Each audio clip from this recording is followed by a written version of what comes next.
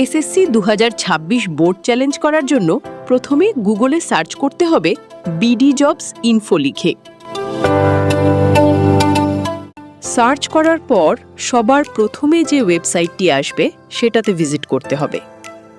Visit করার পর education notice থেকে এসএসসি অ্যান্ড এইচএসসি নোটিশে ক্লিক করতে হবে, কিংবা এই ভিডিওর প্রথম কমেন্টে দেওয়া লিঙ্কে ক্লিক করলেও নোটিশটি খুঁজে পাওয়া যাবে।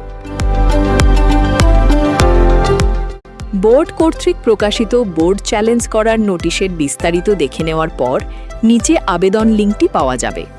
উক্ত লিঙ্কে ক্লিক করতে হবে।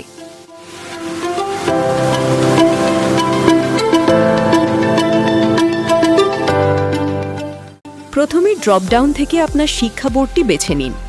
এরপর আপনার রোল নম্বর এবং রেজিস্ট্রেশন নম্বরটি সঠিকভাবে বসিয়ে দিন।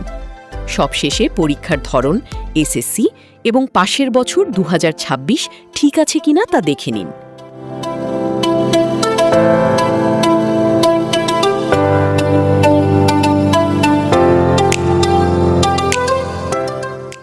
এই পেজে ডান পাশে আপনার নাম, রোল ও রেজিস্ট্রেশন নম্বর মিলিয়ে নিন। এরপর বাম পাশে আপনার একটি সচল মোবাইল নম্বর বসিয়ে তা নিশ্চিত করুন, কারণ এই নম্বরেই ফলাফলের এসএমএস পাঠানো হবে। সর্বশেষে জমা দিন বাটনে ক্লিক করে মোবাইল নম্বরটি সেভ করে নিন।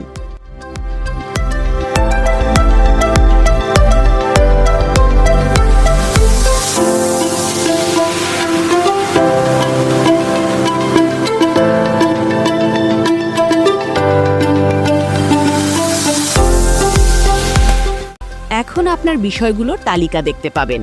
যে বিষয় বা বিষয়গুলোর খাতা পুনর্নিরীক্ষণ করতে চান তার পাশে থাকা নির্বাচন করুন বাটনে ক্লিক করুন।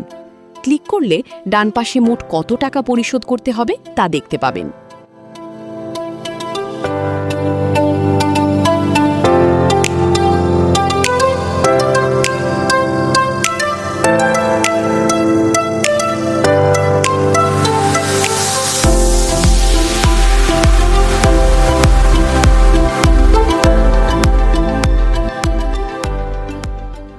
বিষয় নির্বাচনের পর বাম পাশে মোট পরিশোধযোগ্য টাকার পরিমাণ দেখতে পাবেন।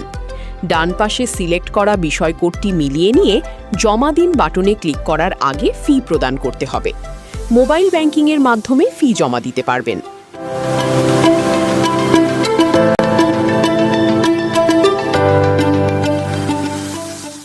ফি প্রদান করার জন্য আপনার নগদ অ্যাপে প্রবেশ করে বিল পে অপশনটিতে ক্লিক করুন। বিলারের সার্চ বক্সে এসএসসি রি-স্ক্রুটিনি 2026 বা কোড 4226 লিখে সার্চ করুন এবং নিচে আসা অপশনটি সিলেক্ট করুন। যারা বিকাশ থেকে ফি প্রদান করবেন তারা এডুকেশন ফিতে ক্লিক করার পর এসএসসি 2026 সার্চ করবেন। এখানে আপনার এসএসসি রোল নম্বরটি দিন, বোর্ডের নাম সিলেক্ট করুন এবং বছর 2026 সিলেক্ট রেখে পরবর্তী ধাপে এগিয়ে যান।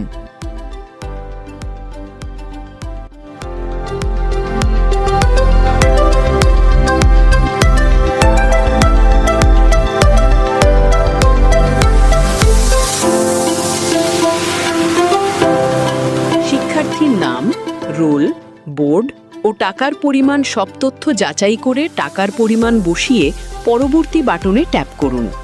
এখানে আপনার নগদ অ্যাকাউন্টের পিন নম্বরটি দিয়ে পরবর্তী বাটনে ট্যাপ করুন। সর্বশেষ ধাপে নিচে ট্যাপ করে ধরে রাখুন আইকনটিতে ট্যাপ করে ধরে রাখলেই আপনার ফি পরিশোধ সফলভাবে সম্পন্ন হয়ে যাবে। পেমেন্ট সফল হলে রিসিপ্টটি দেখতে পাবেন। প্রয়োজনে সেভ করুন বাটনে ক্লিক করে রিসিপ্টটি সংরক্ষণ করে রাখুন। পেমেন্ট সফল হওয়ার পর আবার ওয়েবসাইটে ফিরে এসে জমা দিন বাটনে ক্লিক করলেই দেখতে পাবেন আপনার ফি পরিশোধিত এবং আবেদন সফলভাবে সম্পন্ন হয়েছে।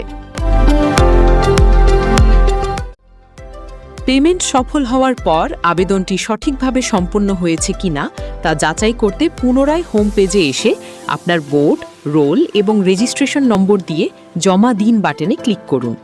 তাহলেই দেখতে পাবেন আপনার সাবজেক্টের পাশে আবেদন করা হয়েছে এবং পরিশোধিত ফি চলে এসেছে, যার মাধ্যমে নিশ্চিত হওয়া গেল পুনর্নিরীক্ষণের আবেদনটি সফলভাবে সম্পন্ন হয়েছে।